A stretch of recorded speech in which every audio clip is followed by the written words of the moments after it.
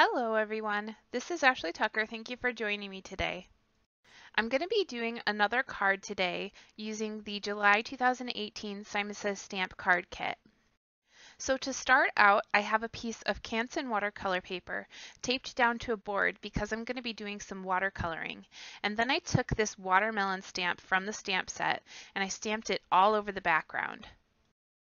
I'm going to use my Gansai Tambi watercolors, and I'm just going to paint a rainbow background around all of these watermelons. So this first color that I'm using is called Rose Madder, and when I first started putting it down, I noticed that it was a lot darker than I wanted it to be, and that's just because the amount of water that I was using wasn't quite enough. So what I did was I didn't actually pick up any more paint, and I just kept adding water until I got it to a point where it was as light as I wanted it to be. I also knew that it would dry lighter because as watercolors dry, they do get lighter. This did take a little bit of time to make this background because I was so careful to go around the watermelons. Before I did this background, I attempted to do a background where I went over the watermelons and then I let it dry and then I colored them in with my Copics right on top of the watercoloring, and I wasn't really happy with the way that it came out. You could see the watercoloring through it far too much for my liking. So I just scrapped that and started over, and even though this one took a lot more time, I was much happier with it. This second color that I'm using is cadmium orange, and I went into the first color quite a bit to get a really nice blend, and I really love the way that these two colors mixed. I like the color that you got when you mixed them together.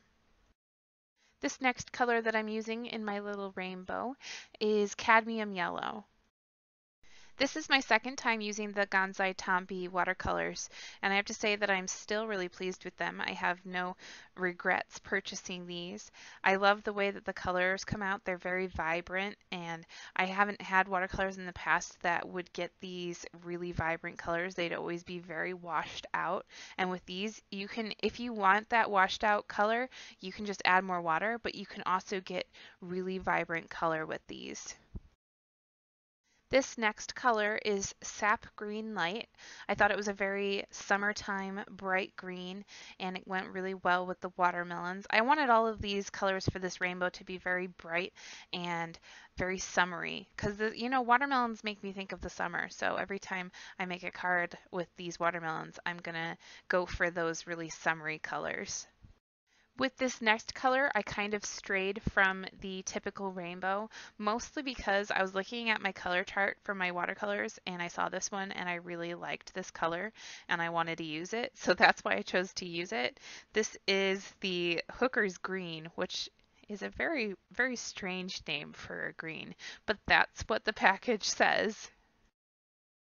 As I did that darker green, I noticed that the transition between the two greens wasn't really the way that I wanted it. There was kind of a really harsh line as it was drying, and I really liked the blend that I had in between all of the other colors. There's a really nice soft blend in between them. So in order to fix that transition, I kind of dabbed up the color with a paper towel, and then I went back over it and worked on the blend to get a softer blend. The last color that I used that you can see just peeking up a little bit there at the bottom is cerulean blue. Once that background had a good amount of time to dry, I cut it down to be 3 3/4 by 5, and now I'm going to color it with some Copics. I have my marker caps placed there so you can see what colors I'm using, but I colored these pretty much the same way that I colored the last watermelon card, which was on Monday. I started with my lightest color and I went over all of the watermelons, and then I took my medium color and did some shading, and then I took my darkest color and did some shading, and then I went back to my medium color to blend out that dark color, and then finally I went in with my lightest color again to blend the whole thing out. And I didn't bother to go around those white seeds on the watermelons. That would have just taken so much time, so I just went over them and I'll fix them later. For the rinds of the watermelons, I took my lightest color green and I went over both sections of the rind. And then I took my medium color of green and I'm just going to do shading on that very first section of rind, leaving the other one just the lightest color. After I finished with my medium color, I did come in with my darkest green color and I used it again only on the outer section of the rind. And then of course I just blended it all out by going back through the lighter colors.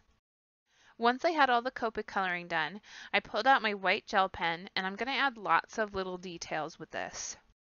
The first thing that I did with my gel pen was I went through and I colored in all of those white seeds. The next thing that I'm going to do is I'm going to do some detail work on that intersection of rind, and I'm just going to go all over it with tiny little dots, like tons and tons of little dots. And that's just because if you ever look at watermelon, that inner rind and outer flesh of the watermelon is always really light, and I thought that this would be a really fun way to kind of do that.